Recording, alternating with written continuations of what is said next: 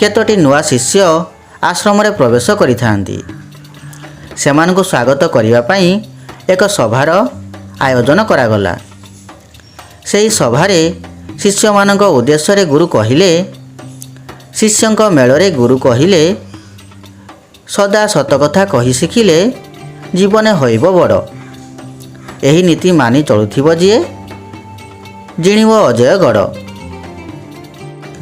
ନୂଆ ଶିଷ୍ୟଙ୍କ ଭିତରେ ଜଣେ ଦୁଷ୍ଟ ଅମାନିଆ ପିଲା ଥିଲା। ସେହି ପିଲା ହଠାତ୍ ଗୁରୁଙ୍କୁ ପଚାରିଦେଲା, ସବୁବେଳେ ସତ କାହିଁକି କହିବି? ଏହାଦ୍ୱାରା ମୋର କି ଲାଭ ହେବ? ଏକଥା ଶୁଣି ଗୁରୁ ବିସ୍ମିତ ହୋଇଗଲେ। କହିଲେ, ଜୀବନ ସାରା ସତ କହି ଅନେକ ବଡ଼ ମଣିଷ ହୋଇଛନ୍ତି।